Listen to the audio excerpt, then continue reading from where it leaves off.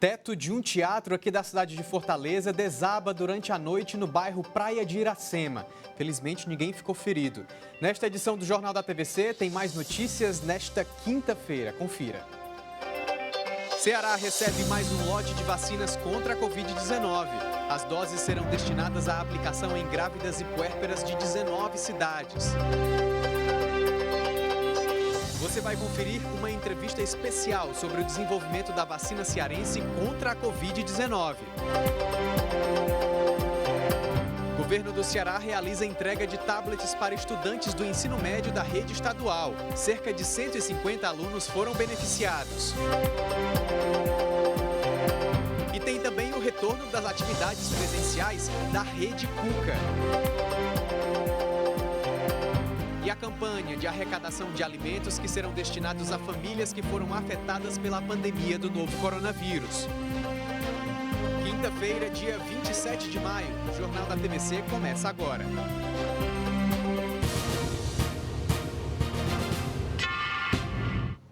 Olá, boa noite a você que acompanha a nossa programação. Seja bem-vindo ao Jornal da TVC. Eu começo esta edição com uma notícia triste para a cultura de Fortaleza. O teto do Teatro da Praia, que fica ali no bairro Praia de Iracema, cedeu na madrugada de hoje. Esse é um dos equipamentos mais tradicionais da cidade e símbolo do humor da capital.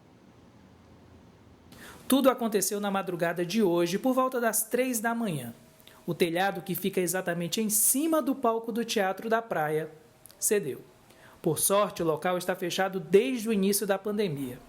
Pelas redes sociais, o ator Carri Costa informou o acontecido. O Teatro da Praia funciona aqui na Praia de Iracema há quase 30 anos. Mas a estrutura é bem mais antiga, por volta da década de 30.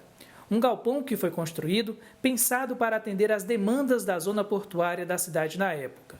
Nas últimas décadas, passou a guardar outro tipo de material, aquele que está nos olhos, nas palmas e principalmente nas risadas dos espectadores, além de servir como um celeiro para toda uma geração de novos atores e humoristas que tiveram nesse palco a primeira chance. Nós temos uma atriz da década de 30 e 40, exatamente a década que esse galpão foi construído, que é Gasparina Germano. Ela nos abençoa e a gente acredita muito que o espírito dessa atriz, mulher forte, lutadora, vai estar com a gente resistindo aqui também e lutando para que a gente consiga recuperar tudo e quem sabe melhorar mais o Teatro da Praia.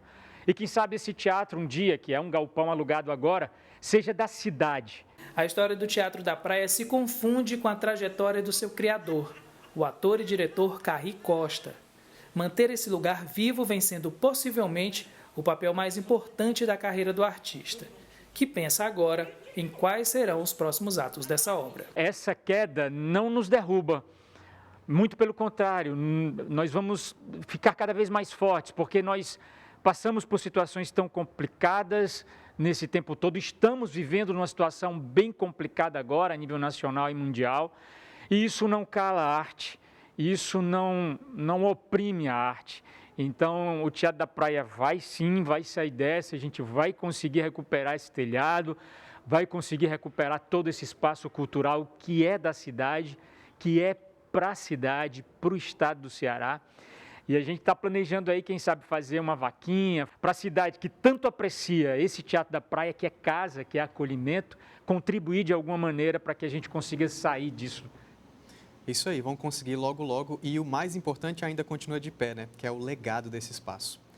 Os alunos da primeira série do ensino médio da rede pública estadual começaram a receber tablets do governo do Ceará para que assim esses estudantes tenham melhores condições de acesso nesse tempo de ensino remoto. Vamos conferir.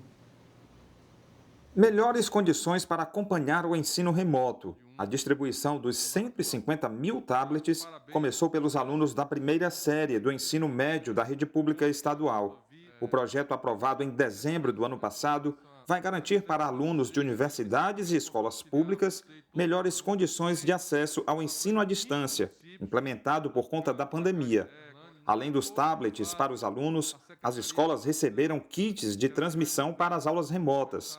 Segundo o governador Camilo Santana, é fundamental assegurar o direito à educação de qualidade e a necessidade de amenizar o impacto social e pedagógico no ensino público superior e das escolas estaduais, por conta da suspensão das atividades de ensino presenciais. Isso vai virar uma política permanente. Todo aluno que ingressar, ou seja, o aluno que sai do ensino fundamental do 9º ano, entra no 1º ano do ensino médio, já recebe o seu tablet, já recebe o seu chip e vai passar os 3 anos com esse equipamento para auxiliar no aprendizado dele, na conectividade, na complementação, utilizando inclusive as plataformas da própria SEDUC, que dão acesso aos conteúdos, receber informações do professor, receber material didático, enfim, é o mundo moderno da conectividade para os nossos alunos da rede pública estadual. Com o tablet e o acesso à internet garantidos, os estudantes vão dar seguimento ao acompanhamento das aulas para minimizar o impacto da pandemia no ano letivo. A ideia é buscar todos os esforços para evitar a evasão escolar. O Ceará tem 21 escolas classificadas entre as 100 melhores do país, sendo 20 delas escolas de ensino profissionalizante. Durante a transmissão, que contou com a participação remota de representantes das escolas, o governador anunciou que os professores também vão receber computadores e, junto com os colaboradores da educação da rede pública, serão vacinados com a primeira dose da vacina contra a Covid-19 ainda essa semana. Essa pandemia trouxe para nós muitas incertezas, dores, perdas, mas também muito aprendizado, de solidariedade, de respeito, de amor. E aprendemos também que a tecnologia nós podemos usar ao nosso favor. Graças a Deus, o senhor também já anunciou a vacinação de todos os profissionais da educação. Quando a gente voltar ao presencial, nós vamos continuar ainda também usando essa forma remota, para que a gente possa diminuir essas perdas de aprendizagem. Bacana. Vou aproveitar até o gancho aí da vacinação dos professores para falar do plano de imunização, porque a gente recebeu mais um lote de imunizantes ainda na noite de ontem. São 24.570 doses da Pfizer-BioNTech, de acordo com o relatório enviado pelo Ministério da Saúde. Essa quantidade vai viabilizar a aplicação das doses da vacina em grávidas e puérperas de 19 municípios cearenses. Só lembrando que essa quantidade reduzida de cidades que recebem o imunizante acontece porque o esquema logístico da Pfizer requer características muito específicas de conservação dessas doses, como refrigeração entre menos 25 e menos 15 graus Celsius. Essa nova remessa vai servir para a aplicação da primeira dose desse grupo prioritário. Vamos conferir os números da pandemia aqui no Ceará. Eu vou colocar aqui na tela os números da plataforma IntegraSUS. Pode soltar. De acordo com o mais recente boletim divulgado pela Secretaria da Saúde do Ceará, até esta quinta-feira, o estado registrou 20.204 mortes por complicações da Covid-19. Atualmente, 103.526 casos estão sendo investigados. Do início da pandemia até agora, já foram confirmados 787.273 casos da doença. Nas últimas 24 horas, 5 mortes foram confirmadas em decorrência do vírus. A taxa de ocupação dos leitos de UTI para o tratamento da Covid em todo o estado se encontra com mais de 88%. Em Fortaleza, o índice está em quase 87%. As enfermarias do Ceará estão com mais de 73% de ocupação para o tratamento do vírus e em Fortaleza, este número está em mais de 82%. De acordo com o mais recente balanço do vacinômetro, já foram aplicadas 2.617.964 doses da vacina contra a Covid-19 na população cearense. Todos esses dados você encontra na plataforma integrasus.saude.ce.gov.br. E na plataforma IntegraSUS tem muitos outros dados que vocês podem aí conferir. Eu volto a dizer aqui que essa leve estabilidade nos números de internações ainda está longe de ser o ideal. E um dos motivos que fazem com que esses dados não diminuam de fato é a imprudência das pessoas. Há mais de um ano, adotando a máscara como equipamento essencial de proteção da Covid-19, ainda tem muita gente que não sabe utilizar. Eu mesmo, esses dias, passei ali pelo centro da cidade e vi muita gente utilizando máscara de forma incorreta. A Camila Lima, nossa repórter, foi até as ruas e conversou com especialistas sobre esse assunto. Máscara no queixo, na mão, sem máscara. Mais de um ano de pandemia e muita gente ainda não aprendeu a importância de utilizar este acessório corretamente. E com o avanço da vacinação, outras tantas já relaxam nas medidas. Mas com o Plano Nacional de Vacinação caminhando a passos lentos, o momento requer cautela e a manutenção de todos os cuidados, inclusive por parte da população já imunizada. A vacinação é o meio mais eficiente para combater a Covid-19. Mas você ser imunizado não impede de continuar sendo um transmissor. Por isso, mesmo que você já tenha tido o privilégio de se vacinar, precisa continuar tomando todos os cuidados, pensando principalmente no outro. E esse outro pode ser um desconhecido na rua, mas pode ser sua filha, sua tia, seu melhor amigo. A pessoa pode estar vacinada, contrair o vírus, não pega a doença ou tem uma forma branda da doença e ela pode transmitir por algum tempo, porque ela é um veiculador. E nesse cuidado, o uso da máscara continua sendo imprescindível. Todos queremos nos livrar deste incômodo acessório, mas se o esforço não for coletivo, nadaremos nessa corrente por muito tempo ainda. Países que já iniciaram mudança nesse protocolo, nos trazendo esperança de dias melhores, o fazem por já terem pelo menos 50% da população vacinada. Aqui no estado, pouco mais de 10% recebeu as 2 doses do imunizante. Nessa realidade, o distanciamento, a higienização das mãos e a utilização da máscara precisa permanecer como prerrogativa para todos, estejam ou não imunizados. Qualquer um desses métodos de barreira ele é eficaz.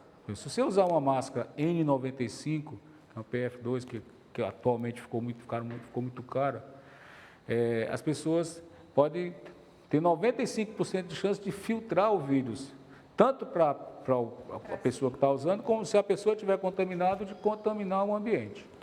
As outras máscaras, elas diminuem dependendo da capacidade delas filtrar. As máscaras que têm tripla camada, elas filtram 70%, as que 50%, a máscara de pano não chega a 70%, mas se você deixar ela enxuta, trocar primeiro a cada 3 horas, ela tem eficácia. É muito complicado a gente continuar vendo esse tipo de cena ainda no centro da cidade. E como a gente acabou de ver nessa reportagem, as pessoas que estão imunizadas, elas podem continuar sendo transmissoras, mas também podem se contaminar. A imunização não te dá o direito de descumprir os protocolos sanitários. Eu vou fazer a primeira pausa aqui no Jornal da TVC e no próximo bloco tem uma entrevista com o idealizador da vacina cearense contra a Covid-19. Vamos tirar dúvidas sobre o desenvolvimento desse imunizante por pesquisadores da Universidade Estadual do Ceará. A gente volta já.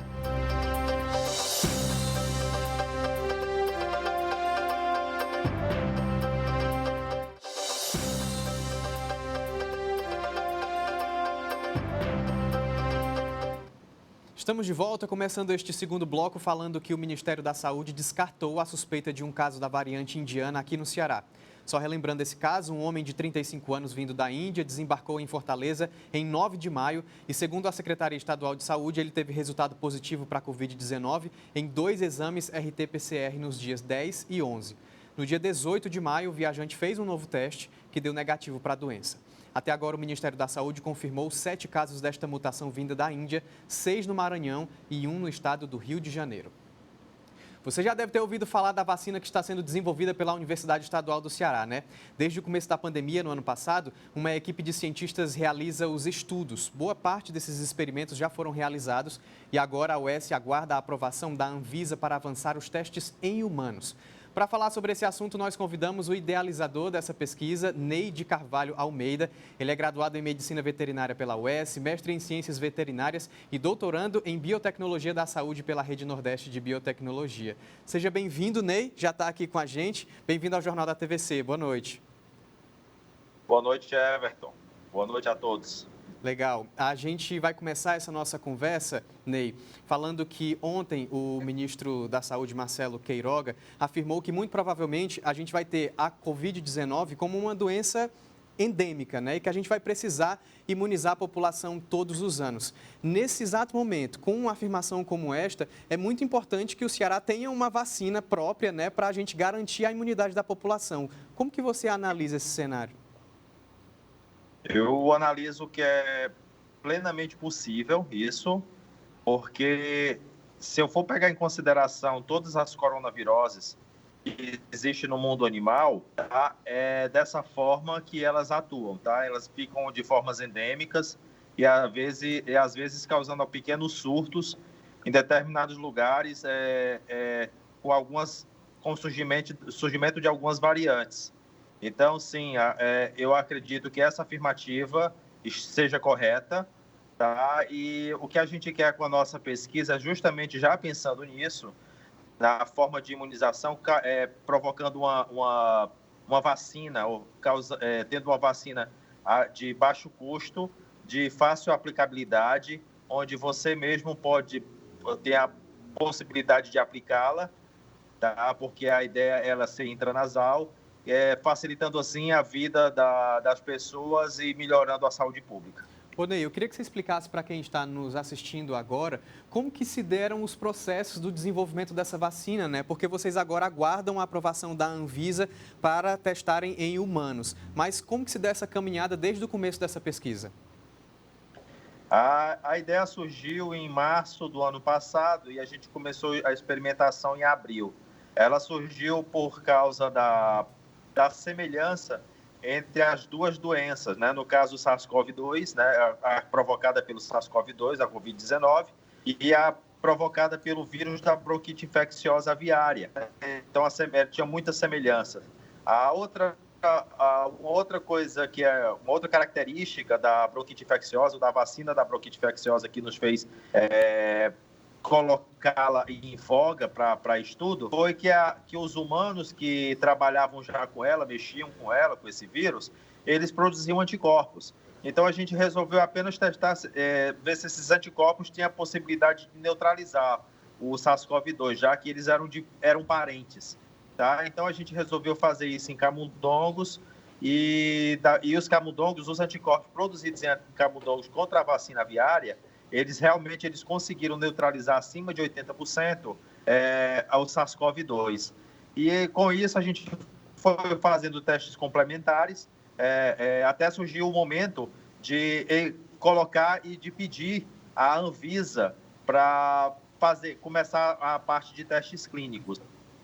Então, com os testes clínicos, né, a Anvisa nos recomendou alguns ajustes e a gente está providenciando esses ajustes.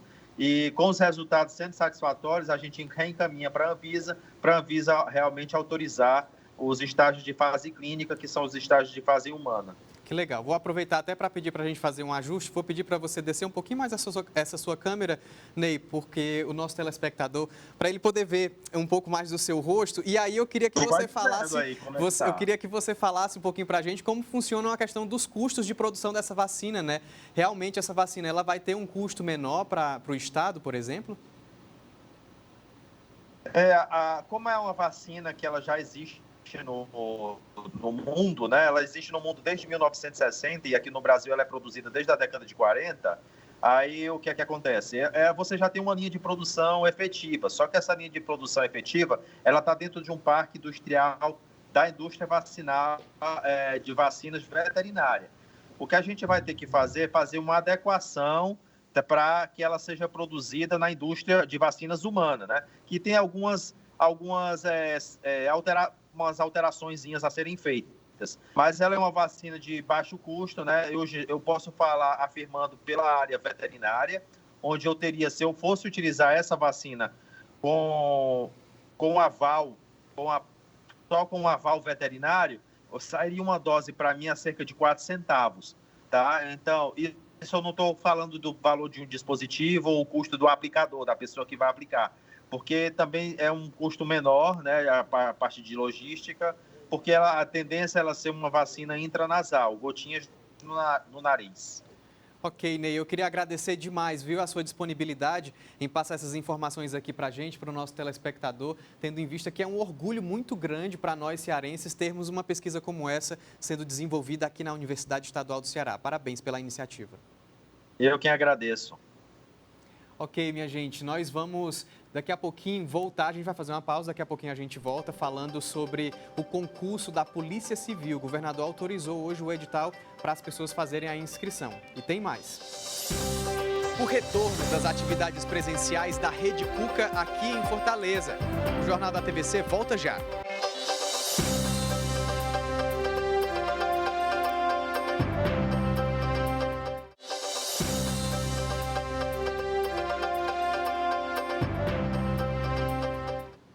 O O governador Camilo Santana autorizou hoje o edital do concurso público da Polícia Civil. Ao todo serão 500 vagas, sendo 400 de inspetor e 100 de escrivão. As inscrições começam já no dia 14 de junho e vão até o dia 19 de julho. Repetindo mais uma vez, começam no dia 14 de junho e vão até o dia 19 de julho. A Rede Cuca retomou as atividades presenciais com 25% da capacidade. Todas as sedes estão priorizando, é claro, os cuidados e protocolos de segurança contra a Covid-19. Aos poucos, as atividades presenciais vão retornando na Rede Cuca. Todas as atividades nos 4 Cucas, Barra, Mondubim, Janguruçu e José Walter, estão seguindo os protocolos de segurança contra a Covid-19, durante os atendimentos e as práticas esportivas e culturais. É notável a preocupação dos professores e gestores com a nossa segurança, a segurança dos atletas, dos alunos da Rede Cuca, desde uso de máscara, distanciamento e álcool em gel também. E todos os protocolos estão sendo obedecidos aqui para que a gente possa estar retornando às atividades físicas e educacionais da Rede Cuca. A Rede Cuca já formou e capacitou centenas de jovens para uma atividade profissional e para o mercado de trabalho. O retorno das atividades com toda a segurança sanitária é um bom exemplo para a juventude, que considera o local uma segunda casa. Entre as atividades que retornaram está o Cuca Saudável, com orientações de saúde em geral. O espaço também oferece cursos que abrangem diversas áreas, como formação e tecnologia, artes e empregabilidade, fotografia, produção de filmes curtos, dança, teatro, inglês e libras. Para se matricular nos cursos da Rede Cuca, é necessário fazer o cadastro no Portal da Juventude e ter e-mail e CPF. Cada aluno poderá participar de um curso por mês. Caso as vagas sejam preenchidas, os interessados poderão ficar num cadastro de reservas para possível liberação de novas vagas. Atendem prioritariamente jovens de 15 a 29 anos de idade. É com um prazer enorme que a gente anuncia que voltamos a abrir as atividades presenciais da Rede Cuca, agora por enquanto só com 25% da capacidade e mais pessoal da área de esporte, atenção psicossocial e alguns outros atendimentos. Então jovens que já tenham feito um cadastro, já participaram, já estão matriculados, podem começar a voltar, os professores vão entrar em contato para voltar às atividades presenciais. Legal. O movimento Super Solidário, uma ação organizada pela Associação Cearense de Supermercados, realizou a primeira entrega de alimentos arrecadados que vão beneficiar famílias em situação de vulnerabilidade social, agora nesse período da pandemia. 2.556 cestas básicas, totalizando quase 28.500 quilos de alimentos. Comida que chega em boa hora para famílias que estão sem renda durante esta pandemia de Covid-19. A arrecadação faz parte da campanha iniciada pela Associação Cearense de Supermercados, a ACESU, que durante 4 meses vai arrecadar alimentos. Neste primeiro momento, a entidade beneficiada foi a Central Única das Favelas, que repassará as doações para famílias de 20 comunidades de Fortaleza. Momento muito difícil, momento muito delicado. Essas cestas básicas serão beneficiadas. Vão beneficiar famílias, mães solos, com idosos dentro de casa, com crianças dentro de casa, mães que ainda não estão no cadastro nacional, que não estão recebendo auxílio, que têm dificuldade de realizar o cadastro. Então, conosco, as nossas lideranças estão na ponta, identificando essas mães, identificando essas famílias. A ACESU vai escolher instituições para doar os alimentos em locais de maior vulnerabilidade, para que assim o maior número de famílias sejam beneficiadas. A gente escolheu a CUFA pela seriedade que a gente vê, pelos trabalhos que elas vêm fazendo nas comunidades, principalmente nas comunidades carentes, onde a penetração dela é muito forte em alguns bairros. Então, assim, a gente resolvemos escolher a CUFA. A segunda, nós escolhemos a Diocese, uma instituição também que também é muito espalhada nos bairros de Fortaleza. E quem recebe essa ajuda, agradece. Está sendo muito importante nesse momento muito difícil, que muita da gente, mães, chefe de família, que até não temos maridos, fiquemos desempregadas, Pelo menos eu sou uma, eu era diarista, fiquei sem trabalhar. E eu estou muito feliz, até me emociono com a ajuda de vocês. Eu sou grata a vocês todos, Deus abençoe cada um de vocês. Quem puder ajudar na campanha, basta fazer a doação nas lojas participantes da ação.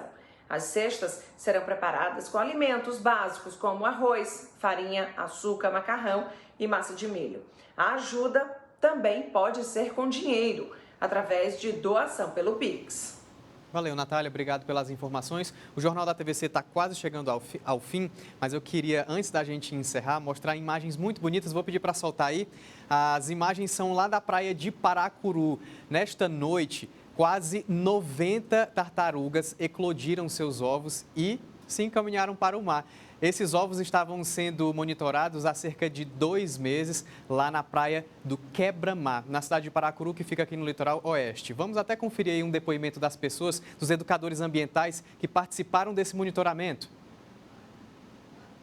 As tartaruguinhas completando aqui seus quase 60 dias, né, desse período aí de incubação. Hoje, 26 de maio, os ovinhos eclodiram e até às 5 da manhã o mar estará recebendo mais de 90 tartarugas marinhas aqui na praia, no mar, né, de Paracuru.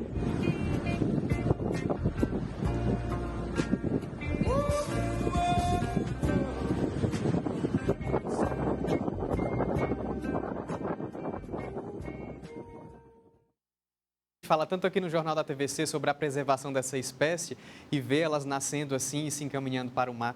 É muito gostoso de se ver. O Jornal da TVC vai ficando por aqui. Se você quiser rever essas e outras reportagens, é só acessar o nosso canal no YouTube. Lá tem muito conteúdo para você. Tem também as redes sociais, Twitter, Instagram, Facebook. Também a gente compartilha as notícias para você através das redes sociais. A você, meu boa noite. Muito obrigado pela companhia. O Jornal da TVC volta amanhã. Um abraço.